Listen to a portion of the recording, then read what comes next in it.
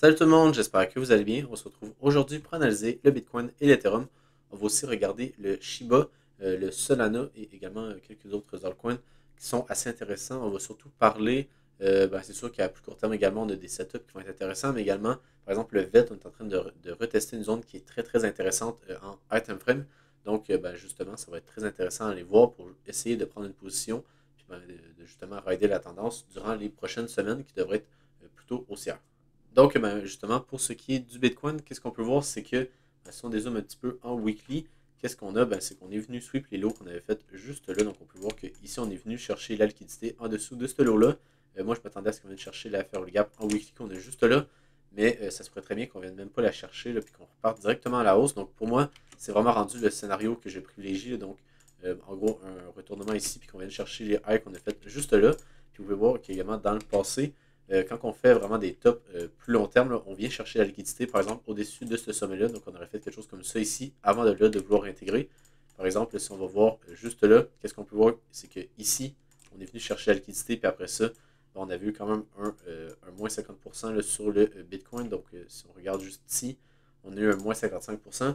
Puis après ça, justement, quand on est venu sur les highs qu'on a fait juste là, là, on a eu une correction de bear market. Donc, ça va être assez intéressant là, de voir dans les prochaines semaines, mais je pense vraiment que vu qu'on n'est pas venu sous les highs juste là, pour moi, ça a une structure qui est très très bullish. Puis justement, on laisse la liquidité au nord, on vient chercher la liquidité au sud, donc théoriquement, ici, on devrait repartir à la hausse. Sinon, également, en low time frame, qu'est-ce qu'on a? C'est qu'en gros, on est venu chercher parfaitement la zone d'ordre bloc en 4 heures qu'on a juste là. Donc, on peut voir que la petite mèche qu'on a faite ici, on est venu la chercher parfaitement. Personnellement, j'attendais justement qu'on revienne un petit peu plus haut. Mais finalement, qu'est-ce qu'on est venu faire là, c'est que en gros, on était dans la dernière vidéo, je vous parlais que sûrement qu'ici on allait créer une sorte de résistance. Donc si je le mets en rouge ou peu importe en bleu par exemple, c'est qu'en gros, je pensais qu'ici on allait venir faire une déviation avant de venir dump. Donc avant d'avoir le mouvement baissier qu'on a eu aujourd'hui, mais finalement on a directement dump. Donc c'est ça, j'aurais aimé mieux avoir un setup avec quelque chose comme ça ici, et là j'aurais pu rentrer en short. Mais bon, finalement c'est pas ça qu'on a eu, donc c'est pas si grave. Ça reste que pour moi, qu'est-ce qui est très très intéressant, c'est qu'on a encore un petit peu de liquidité à venir chercher juste là. Donc on peut voir que le lot qu'on a fait, en gros, il est juste venu chercher la liquidité en dessous de ce lot-là. Donc on n'est pas venu chercher juste ici. Donc pour moi, ça reste qu'on pourrait avoir un bottom qui se forme plutôt en gros en venant chercher la liquidité en dessous de ce plus bas-là. Donc faire quelque chose comme ça ici, une dernière correction, venir chercher la zone d'ordre bloc en H1 qu'on a juste ici. Puis justement, peut-être tenter un setup de long ici. Ça reste que personnellement, j'aimerais mieux rentrer même en dessous juste là, puis de venir en gros rentrer dans la zone de faire le gap qu'on a juste là en 1 heure, puis également si on va en 15 minutes. Qu'est-ce qu'on peut voir, c'est que en gros, j'aimerais bien rentrer sur la petite zone d'order block qu'on a créée juste ici. Donc, ouais, ça serait vraiment l'entrée parfaite là, sur les 61 411 $. Donc, c'est vraiment le setup parfait de venir chercher ce niveau-là, puis de, en gros, venir repartir à la hausse par la suite.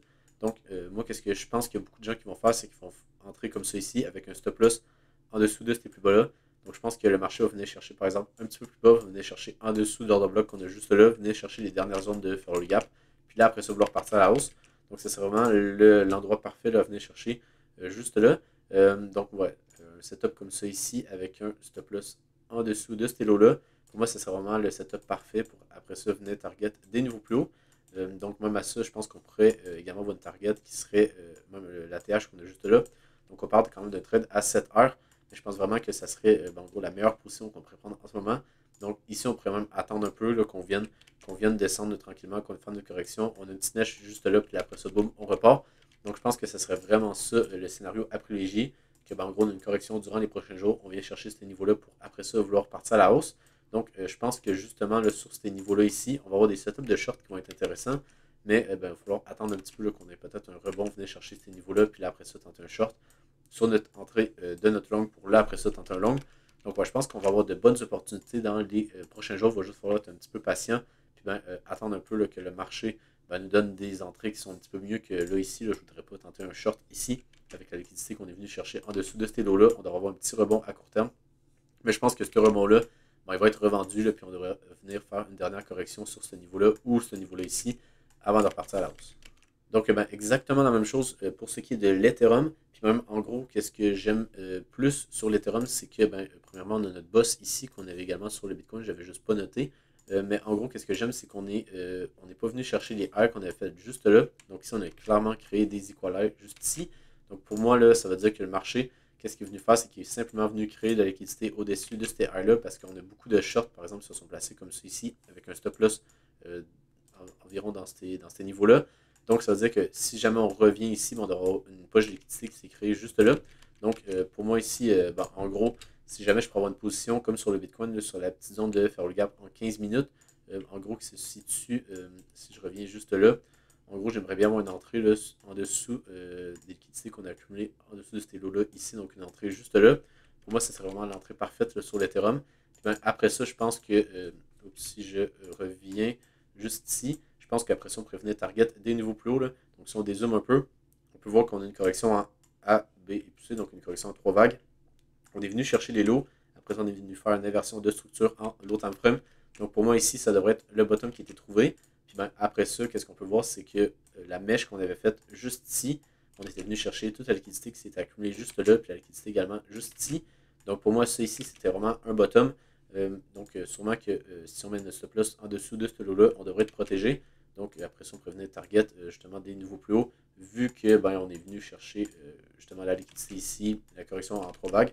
Donc pour moi, ça semble assez bullish ici sur l'Ethereum. Il va juste falloir attendre un petit peu une correction un petit peu plus conséquente pour après ça vouloir partir à la hausse. Aussi, qu'est-ce que je voulais vous montrer, c'était la charte du Ethereum Bitcoin en monthly. Parce qu'en gros, qu'est-ce qu'on peut voir, c'est que la mèche qu'on est venu faire juste là, on est venu chercher la petite zone de Farrell Gap en monthly juste ici. Donc pour moi, c'est assez bullish. Puis également en 4 heures, qu'est-ce qu'on peut voir, c'est que on est venu faire une inversion de structure. Donc on a fait un petit cos ici, justement, quand on est venu chercher la zone de Farrell Gap monthly. Pour après ça, venir faire un boss juste après. Donc ça voudrait dire qu'ici, on aurait peut-être trouvé notre bottom. C'est sûr qu'on avait fait ça également dans le passé. Là. Donc, si on dézoome un petit peu, puis on va en 12 heures ici, en gros, on avait fait un petit peu la même chose. On était venu faire un niveau plus haut juste là. Mais finalement, on était venu faire un niveau plus bas après. Puis, on s'entend que la tendance est quand même baissière. Là, donc, c'est sûr que ce genre de setup-là n'a pas une très très forte probabilité que ça soit un bottom long terme puis qu'on reparte à la hausse et qu'on vienne en gros chercher les highs qu'on a fait juste là. Mais ça reste que à court terme, ça se pourrait très bien qu'on ait par exemple un rebond au moins venir chercher la petite zone d'ordre bloc qu'on a laissée ici, pour là, après ça, vouloir redescendre peut-être un petit peu plus bas, puis qu'en gros, on pourrait avoir quelque chose comme ça ici, puis continuer la tendance baissière, jusqu'à temps qu'on n'ait pas vraiment un vrai changement de la structure. Donc, par exemple, quelque chose comme ça ici, puis là, on ferait un niveau plus haut, qui serait en plus haut time frame, parce qu'on s'entend que là, c'est un mouvement en 12 heures. Là, peut-être que là, ce serait plus intéressant pour justement là avoir un vrai changement de la structure. Puis en gros, ici, quand on va venir faire un pullback, on va juste venir chercher des zones de demande pour là, après ça, vouloir partir.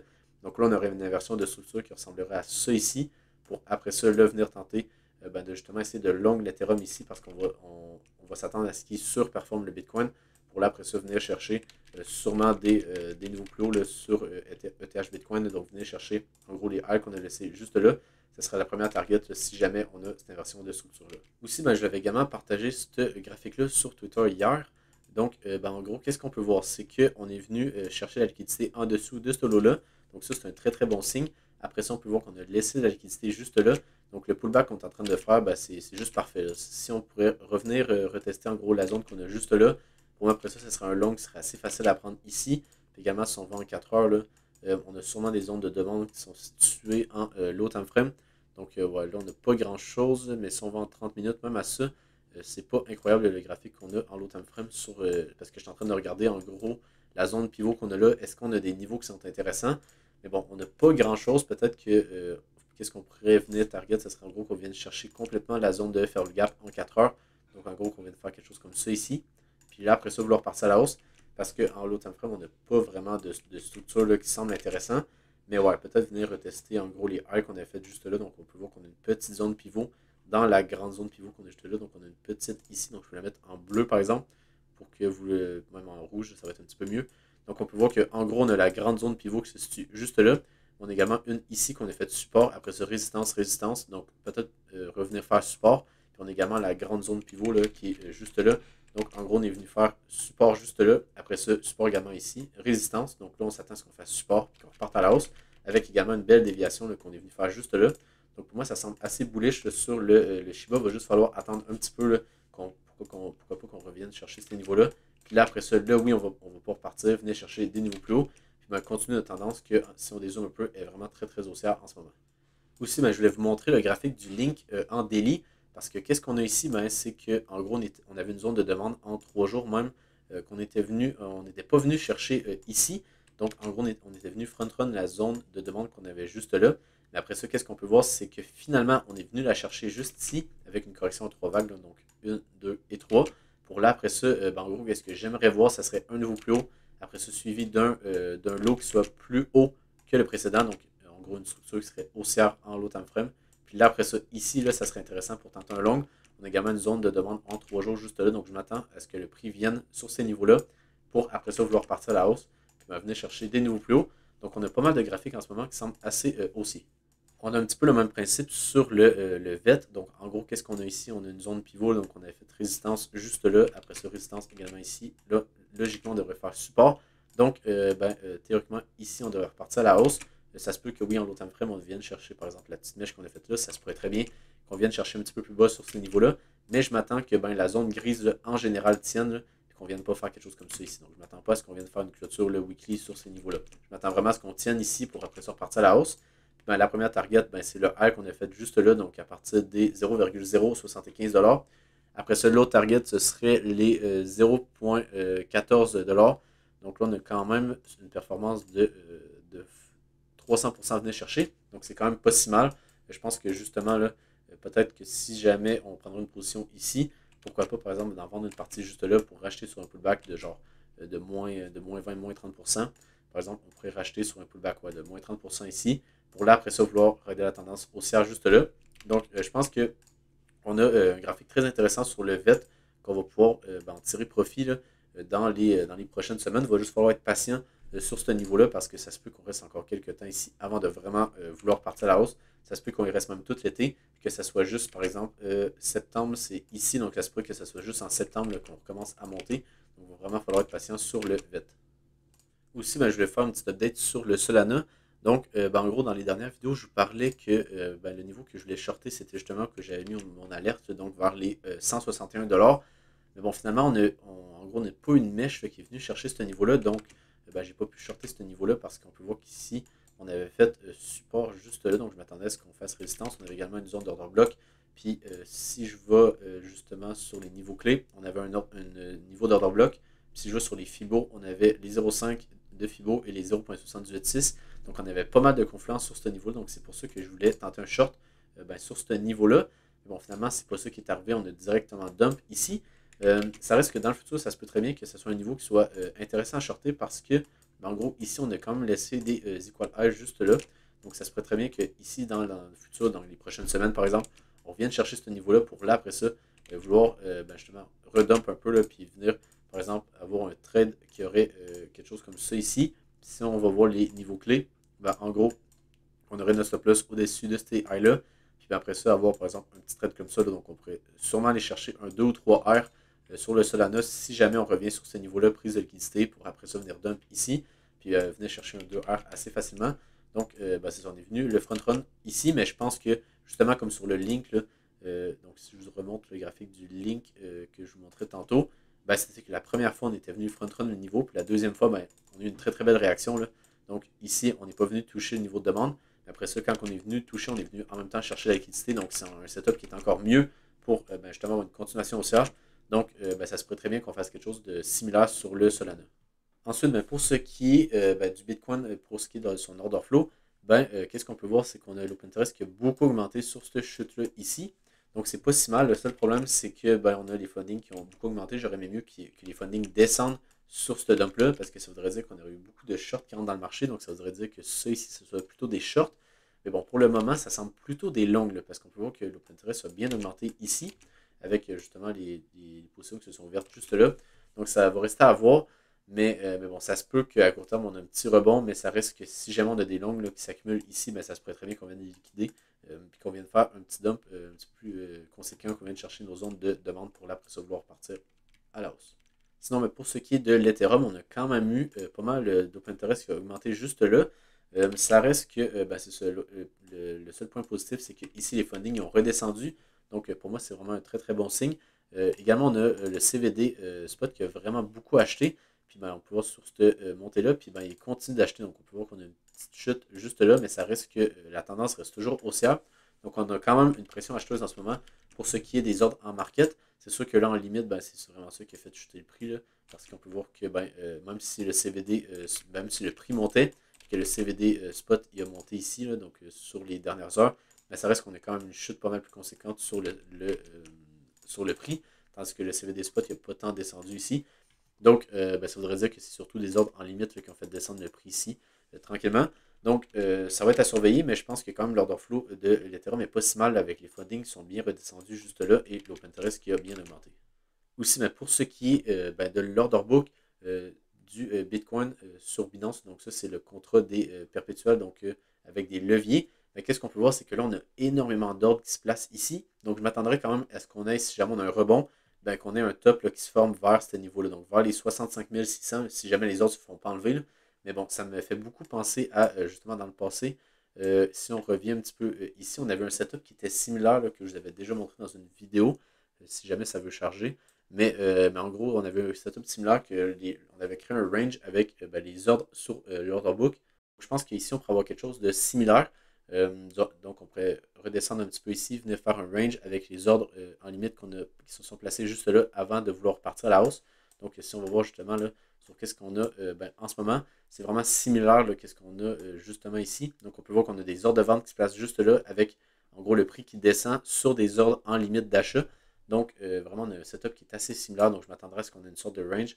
Pourquoi pas redescendre un petit peu plus bas, comme que je parlais sur ces niveaux-là, mais ce n'est pas nécessairement obligatoire pour après ça vouloir partir à la hausse, venir chercher la liquidité qu'on a accumulée juste là. Puis là, vraiment avoir un break, puis venir chercher un nouvel ATH. La seule ben, mauvaise nouvelle, c'est que sur le spot, on n'a pas vraiment d'ordre qui se place pour venir soutenir le prix. On en a un petit peu ici, mais bon, c'est pas incroyable. Si on dézoome un petit peu là, en 1 heure, là, ben, on peut voir que ça va être pas mal similaire. On n'a pas vraiment d'ordres qui se sont placés en dessous ou au-dessus du prix. Donc, ben, en H1, qu'est-ce qu'on peut voir, c'est que ben, en gros, on a des ordres ici qui se sont placés donc à partir des 60 000 on a un petit peu d'ordres d'achat qui se sont placés pour ce qui est dans spot. Là. Mais c'est ça, à court terme, on n'a pas beaucoup d'ordres qui se sont placés juste ici, donc ça se ferait très bien qu'on redescende, qu'on vienne chercher même, ici on en a au 62 000, pour après ça l'avoir un retournement haussier, puis venir chercher les highs qu'on a laissés juste ici. Donc ben, si vous avez aimé la vidéo, n'hésitez pas à vous abonner sur Twitter et sur YouTube, sinon ben, je vous souhaite une bonne journée, puis on se retrouve pour une prochaine vidéo. Bye!